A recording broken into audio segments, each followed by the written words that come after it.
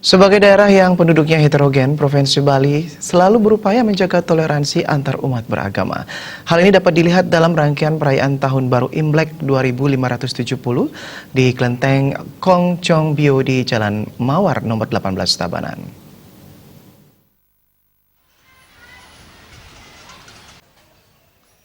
Suasana menyambut Tahun Baru Imlek 2570 di Kelenteng Kong Chong Bio tampak saat memasuki Jalan Mawar yang berada di pusat kota Tabanan. Ketua Yayasan Kertaya Setabanan, Ferry Janto Choni mengatakan, perayaan Tahun Baru Imlek sudah dimulai sehari sebelum puncak acara yang dilakukan oleh umat keturunan Tionghoa dari berbagai tempat di Tabanan.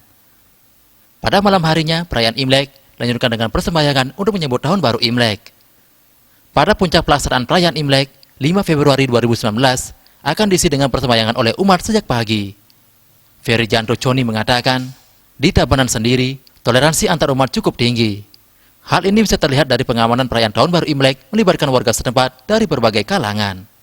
Kami rasa masyarakat di sini cukup menerima keberadaan kami karena kami di sini sudah juga tempat ibadah ini sangat lama, mungkin hampir 100 tahun tempat ibadah ini sudah ada yang merupakan Kongco Bio Tabanan yang sekarang juga ada Buddhisnya, unsur Buddhisnya sehingga ada menjadi tempat ibadah wihara. Sementara Wakil Bupati Tabanan, Komang Gede Sanjaya menilai kerukunan ini terjaga karena semua warga atau umat beragama membaur dan saling mendukung dalam setiap kegiatan sehingga tidak ada istilah pribumi dan non-pribumi.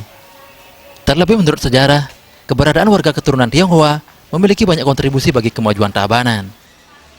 Saya lihat di Tabanan, saudara-saudara kami, terutama Tionghoa, non-pribumi, tidak ada eksklusif, membaur sekali. Sekolahnya sama, dari TK, dari SD, dari SMP, dari SMA. Ini dulu, sehingga tidak ada di situ non-pribumi dan pribumi, karena sekolah aja bersama-sama. Bermain aja bersama-sama, saya buktikan. Dulu saya banyak sekali bermain sekolah sama saudara-saudara Tionghoa. Kadang-kadang kita bermain minta nasi di rumahnya. Ini toleransinya sangat tinggi. Nah, budaya inilah kita jaga lagi untuk menjaga keutuhan bangsa ini, khususnya toleransi ini. Apalagi ada NKRI. Sekarang ini ada sudah didengungkan ada radikalisme. Kami tidak mau, karena kami tumbuh sudah bersama dari kecil.